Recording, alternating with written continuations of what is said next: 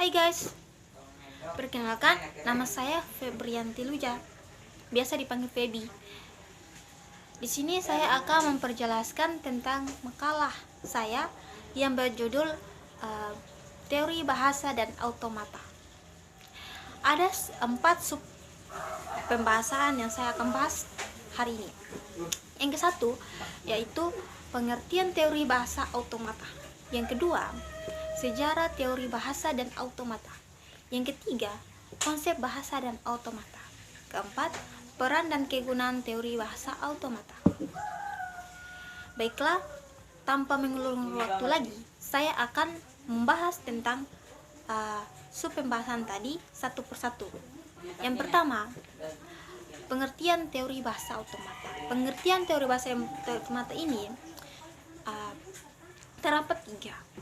Itu teori bahasa, kedua automata, ketiga teori dan bahasa automata. 1. Teori bahasa. Teori bahasa ini membicarakan bahasa formal atau disebut dengan formal language, terutama untuk kepentingan perencanaan kompiuter atau compiler dan proses naskah atau disebut text processor. Bahasa formal adalah kumpulan kalimat. Sebuah kalimat dalam sebuah bahasa dibangkitkan oleh 2 atau lebih bahasa grammar yang sama. Sebuah bahasa formal karena bisa dibangkitkan oleh 2 atau lebih tata bahasa berbeda. Dikatakan bahasa formal karena grammar diciptakan untuk meresmikan kata-kata yang hidup di masyarakat. Dalam membicarakan selanjutnya, bahasa formal akan disebut dengan bahasa saja. Yang kedua, automata. Automata atau sebelum otomata adalah sebuah sistem yang terdiri atas sejumlah berhingga state yang mempelajari tentang mesin abstrak yang menerima input dan mengeluarkan output dalam bentuk disket atau satu persatu, di mana state adalah suatu kondisi yang menyatakan informasi mengenai input yang lalu, sedangkan input pada otomata dianggap sebagai batas yang harus dikendali oleh mesin. Bahasa dan automata. Ketiga, bahasa dan automata. Teori bahasa atau automata salah satu komponen ilmu informatika. Teori ini merupakan ide modal fundamental yang mendasari sebuah sistem komputasi. Teori ini juga disebut sebagai teknik rekayasa untuk perencanaan sistem komputasi.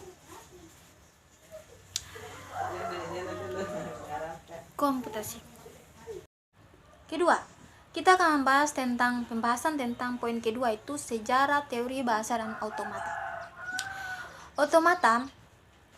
Automata bermula sebelum komputer ada pada teori bidang sistem matematika atau formal. Ilmuwan David Hilbert telah mencoba menciptakan algoritma umum pada pembuktian seluruh persoalan matematika secara otomatis yang mampu menentukan salah benarnya sembarangan prosesi matematika. Tahun 1931, Gödel mempublikasikan teori ketidaklengkapan di mana pembuktian prosedur atau algoritma yang dikehendaki David Hilbert tersebut tidak akan pernah ada. Gödel membangun rumus di kalkulus predikat yang diterapkan pada bidang bulat yang memiliki pertanyaan-pertanyaan definisi yang tidak dapat dibuktikan maupun dibantah di dalam sistem logika yang mungkin dibangun manusia. Sekitar tahun 1950-an, Noam Chomsky menciptakan model matematika sebagai sarana untuk mendeskripsikan bahasa. Saat ini dimulai mendalami bidang bahasa komputer. Perbedaan antara bahasa komputer dan bahasa manusia adalah sampai sekarang belum diketahui bagaimana cara manusia mengartikan bahasa. Sementara dengan pasti, dalam mengartikan bahasa pada komputer, Noam Chomsky mengemukakan perangkat formal disebut grammar untuk memodelkan properti-properti bahasa. Grammar berisi sejumlah aturan serta menspesifikasikan bahasa tertentu. Bahasa berisi semua string yang dapat dihasilkan menggunakan aturan-aturan grammar. Meski pembahasan Chomsky terutama ditunjukkan untuk bahasa alami, grammar mempunyai nilai atau manfaat sangat besar di ilmu informatika atau komputer. Karena pencapaian ini digunakan untuk mendeskripsikan dan mendefinisikan sintaks bahasa pemrograman dalam bahasa-bahasa formal lainnya. Mungkin kita langsung aja ke sub pembahasan yang ketiga, yaitu konsep bahasa dan automata.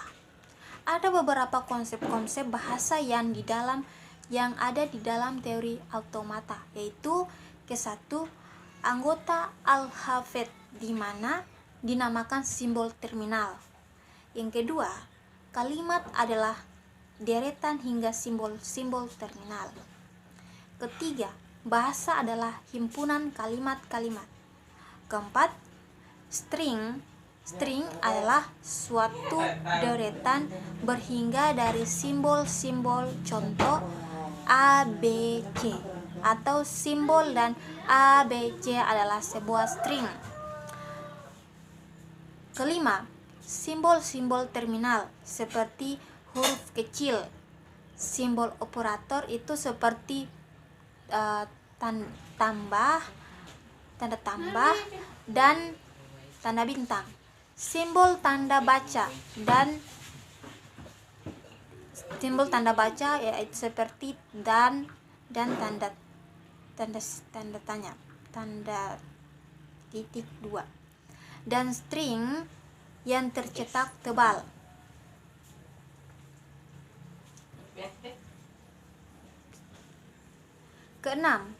Keenam tadi itu adalah simbol-simbol non terminal atau variabel seperti huruf besar, huruf S sebagai simbol awal, string yang tercetak miring. Dan ketujuh, huruf Yunani melambangkan string yang tersusun atas simbol-simbol terminal atau simbol-simbol non-terminal atau campuran keduanya. Misalnya huruf Yunani mungkin saya terus sebutkan. Yang ke-8, sentesial adalah string yang tersusun atas simbol-simbol terminal atau simbol-simbol non-terminal atau campuran keduanya. Nah, itu adalah string sentesial. Dan ke-9, derivasi. Derivasi ini adalah proses pembentukan sebuah kalimat atau sentensial sebuah kalimat atau sentensial. Sebuah derivasi dilambangkan sebagai A sama dengan kurang dari B.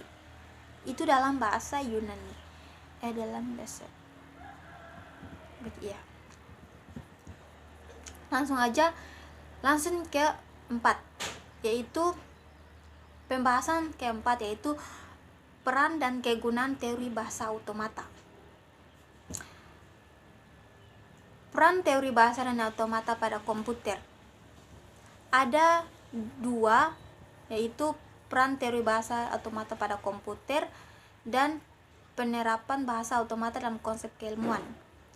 Peran teori bahasa otomata pada komputer. Ilmu komputer memiliki dua komponen utama, yaitu pertama, model dan gagasan mendasar mengenai komputasi. Kedua, teknik rekayasa untuk perencanaan sistem kapitalis meliputi perangkat keras dan perangkat lunak, khususnya penerapan rancangan dari teori. Teori bahasa dan otomata merupakan bagian pertama secara teoritis ilmu komputer. Diawali sejumlah perbedaan disiplin ilmu. Ahli biologi mempelajari neuron network, insinyur elektronik mengembangkan switching sebagai volt untuk mendesain hardware, matematikawan bekerja berdasarkan logika, dan ahli bahasa menyelidiki tata bahasa untuk natural language.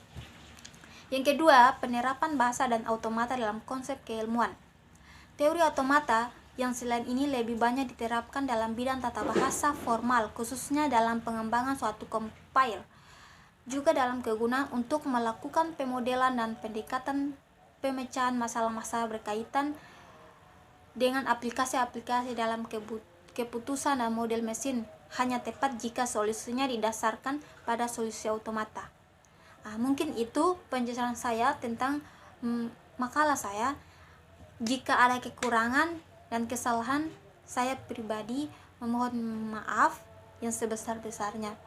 Terima kasih telah menyaksikan channel saya.